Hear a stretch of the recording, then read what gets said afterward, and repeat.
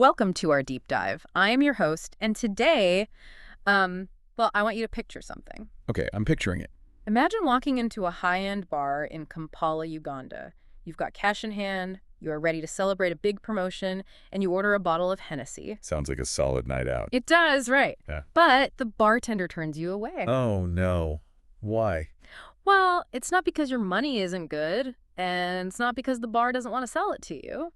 Then what's the issue? You are turned away because a cargo ship is currently stuck in a geopolitical dispute like 5,000 miles away near the Arabian Peninsula. Man, it sounds absurd when you frame it like that. It really does. But I mean, that is the invisible, physical reality governing almost every product we buy. Right. We tend to think of our local purchases in a vacuum. Right, completely disconnected from global friction. Exactly. And today we have the ultimate proof of that friction. We are doing a deep dive into a really fascinating, highly localized document.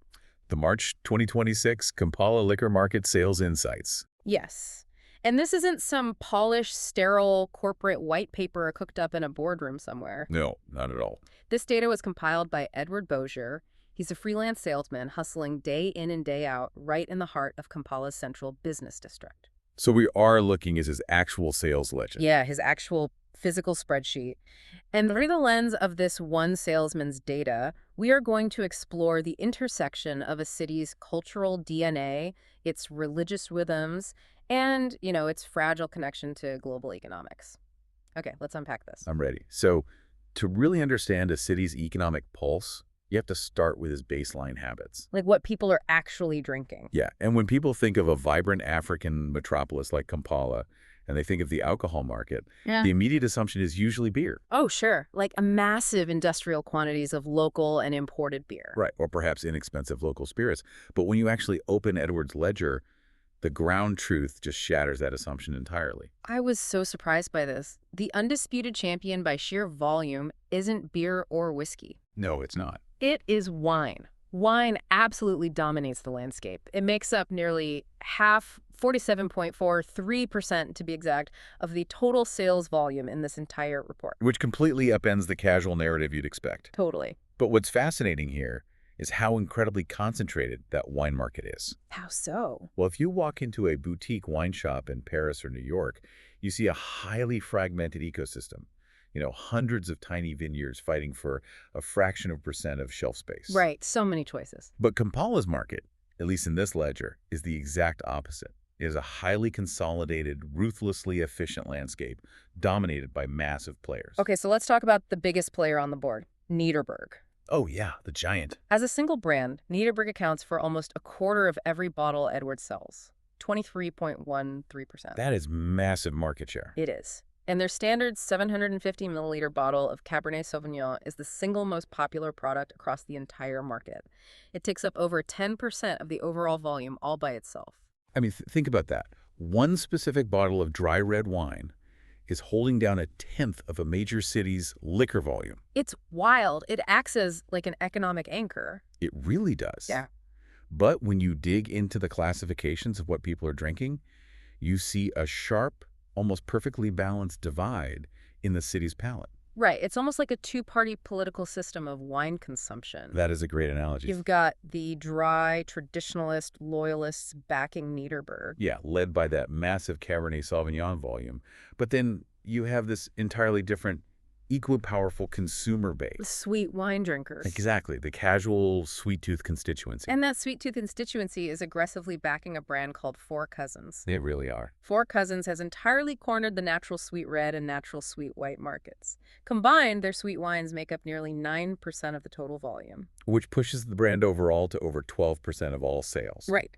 I like to look at these massive volume movers, the Niederbergs and the Four Cousins, as the anchor stores in a shopping mall. Oh, like the giant department stores that guarantee the mall gets foot traffic. Precisely. Because Niederberg commands a quarter of the market. They essentially dictate the pricing logic and the physical shelf space for every other distributor in the city. That makes total sense. The predictability of these massive brands creates a financial safety net. A local distributor knows, without a shadow of a doubt, that those bottles will move. They provide the daily, reliable cash flow. Yeah, the cash flow that pays the warehouse rent, keeps the delivery trucks fueled, and allows the distributor to take risks on stocking smaller, unproven brands. They are the bedrock. But here's where it gets really interesting. Oh, I know where you're going with this. We've established the anchor stores. We know what people are drinking in high volume. Right. But what happens when we look at what people want drink but simply cannot find? You enter the premium ghost town. The ghost town. Ugh. The Insights report is incredibly clear on this. Consumer demand strongly favors premium, globally recognized brands. But they just aren't there. Exactly. Customers in Kampala are actively hunting for the VIP experience. They want the Macallan 12-year-old single malt, Johnny Walker Blue Label, Clase Azul Reposado, Hennessy VS, and VSOP. But they are facing empty shelves. Yeah. The market is completely dry. And we can see the mathematical impact of that scarcity in the pricing data. Oh, absolutely. When a product is highly desired but physically absent, the traditional rules of retail pricing just evaporate. They go right out the window. When these premium bottles do miraculously appear on a shelf, their value relative to the market baseline is astronomical. Let's ground the math on that because the numbers in the spreadsheet are wild. Go for it. The report notes that Dom Perignon sits at an 841% average price compared to the baseline. Wow. And Hennessy XO sits at an incredible 1,091%. That is just staggering. Right. Let's translate that into a real-world scenario. If the average everyday bottle of liquor on Edward's spreadsheet costs, say, $10, Okay, yeah. that Hennessy XO isn't selling for $20 or $30. No, not even close. It is commanding over $110. Which is an astronomical 10 times premium. And it's driven purely by the fact that nobody can find it. Exactly. And this raises an important question. Which is? How much potential revenue is being left on the table by the established supply chains? Right. A lot, presumably. Tons. When a VIP customer is willing to pay a 10 times markup to impress a client, but the bar manager has to turn them away, that is burned capital. It's just lost money. Yeah. And where there is unmet demand and extreme markup potential, you find massive opportunities for agile, independent traders. You mean the guy who knows a guy? Exactly. Yeah. If you're an independent operator who can hustle, border hop, or source alternative stock from a neighboring country when the main distributors fail. You stand to make an absolute fortune filling those highly lucrative gaps. Without a doubt. Wait, let me challenge that assumption for a second. Sure. If the demand for premium liquor is so intense, and the markup for something like Hennessy XO is over 1,000%. Yeah. Why hasn't the local distribution network adapted? The data shows distributors and wholesalers handle over 40% of all alcohol volume in Kampala. They do. So they clearly have the infrastructure, the warehouses, the trucks. Why aren't they just stockpiling these premium bottles to capture that insane profit margin? It seems like business 101 to sell what people want to buy. It is a logical question, but it completely ignores the physical limitations of local control. What do you mean? Well, you can have all the capital in the world and, empty warehouses ready to be filled. Right. But if the product physically cannot reach your borders, your shelves stay empty. Wow, yeah. If we connect this to the bigger picture, the reason Kampala's premium shelves are bare isn't a failure of local foresight or bad business acumen. So what is it? It's a symptom of massive macroeconomic and geopolitical forces playing out oceans away. It's the global butterfly effect. Exactly. Edward Bourgier's market forecast explicitly warns about this in the report. He points directly to geopolitical tensions involving Gulf shipping routes. Yeah, the shipping lanes. These disputes are actively threatening to disrupt shipments originating from Dubai and other key global distribution hubs. That is the fragile reality of a globalized supply chain. Right. A local bar manager in Kampala, just trying to keep his regulars happy by stocking Macallan 12, is intimately tied to Middle Eastern geopolitics. It's crazy to think about. The bottleneck isn't his local supplier. The bottleneck is a container ship idling off the Arabian Peninsula. And the friction doesn't stop at shipping lanes. No, it doesn't. The report also highlights global and regional fuel prices. Right, the cost of moving things. Every incremental rise in global fuel indexes is baked into the final price of the product. Yep. By the time a bottle of Johnny Walker Blue travels from a distillery in Scotland to a logistics hub in Dubai, through a port in East Africa, and finally onto a diesel truck navigating traffic to Kampala. That bottle is carrying the weight of the global energy market. And this isn't just a theoretical warning. The report explicitly forecasts product scarcity for this specific month, April 2026, due to these exact supply chain constraints. Which is right now. Right.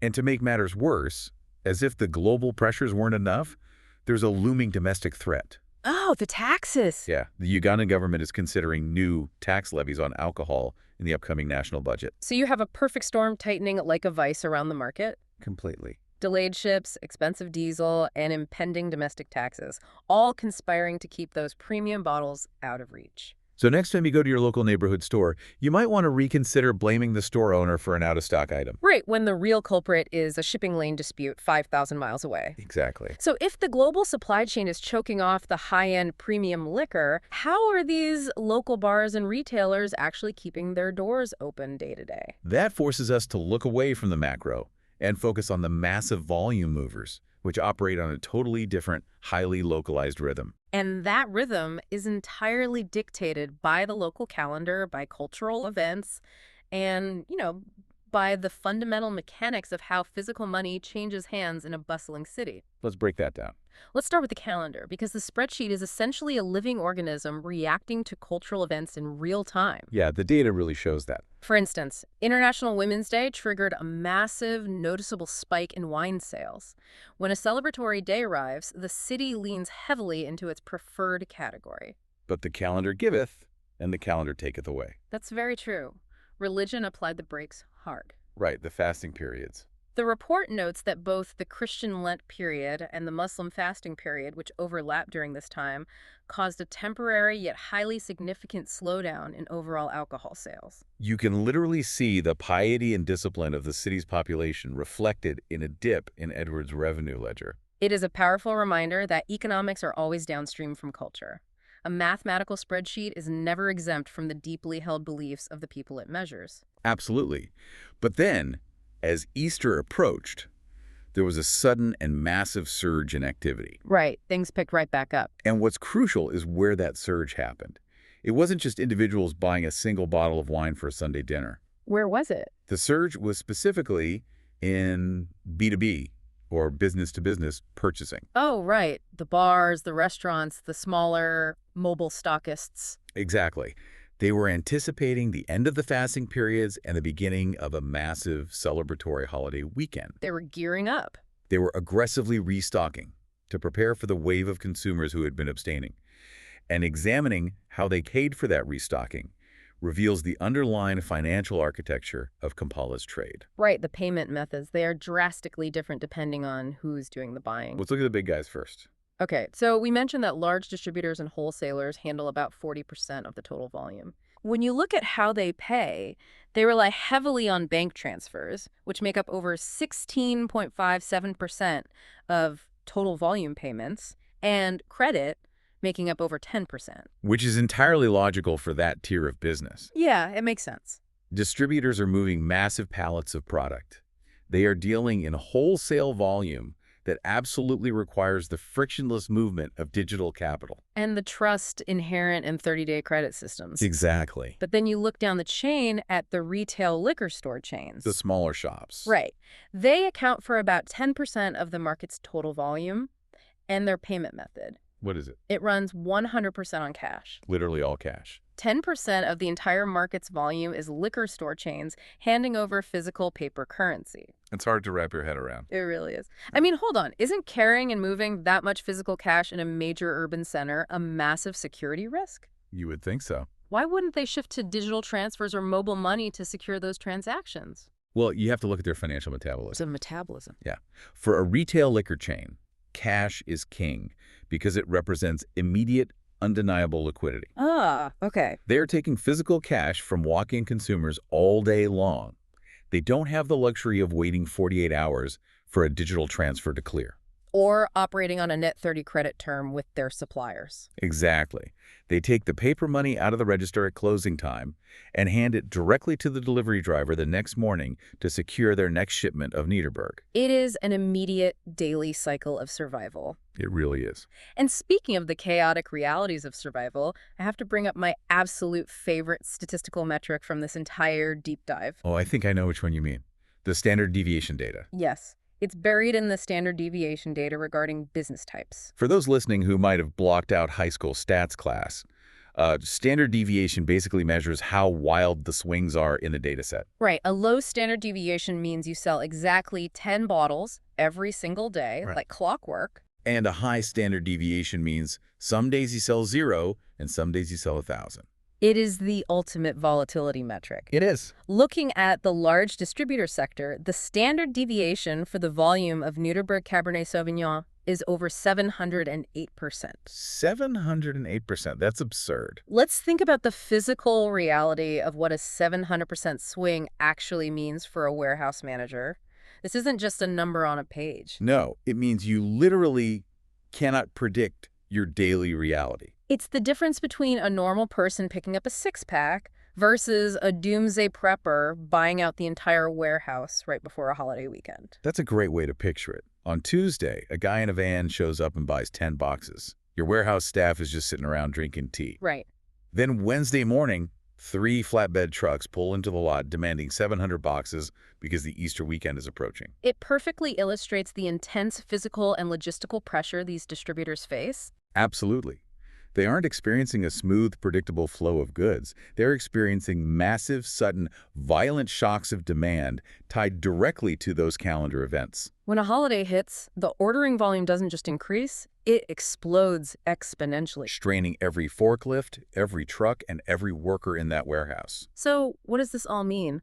We started today by looking at what seemed like a simple, dry ledger of wine, whiskey, and gin sales compiled by one freelance salesman in March 2026. But by treating that local data seriously and looking at the mechanisms behind the numbers, we've uncovered a vibrant, breathing cross-section of Kampala. We've seen a city driven by distinct palate loyalties, locked in a tight balance of dry Cabernet traditionalists and sweet wine enthusiasts. We've seen a market hungry for premium global brands, but heavily restricted by the invisible realities of Middle Eastern shipping crises, global diesel prices, and looming government taxes. And we've seen a local economy that pulses in time with religious fasting, celebratory holidays, and the heavy physical swing of cash transactions. It's a masterclass in how localized data is never truly local. Right. Every single transaction, every bottle handed across a counter is the final node in a massive, fragile global network of cause and effect. Next time you walk into a local store to buy a bottle of anything wine, soda, it doesn't matter. You now have the tools to look past the label. Yeah, you can look at the shelf and see the invisible web of agile traders, the cultural timing, the warehouse logistics. And the global economics that all had to align perfectly just to put that product in front of you. You really start to appreciate the sheer, chaotic complexity of the system that allows a simple cash transaction to occur. Exactly. We'll leave you with this final thought to chew on. If a single freelance salesman's spreadsheet in Kampala can act as a mirror reflecting Middle Eastern shipping crises, local religious fasting cycles, and global fuel prices, Yeah. what story does your own monthly bank statement tell about the current state of the world?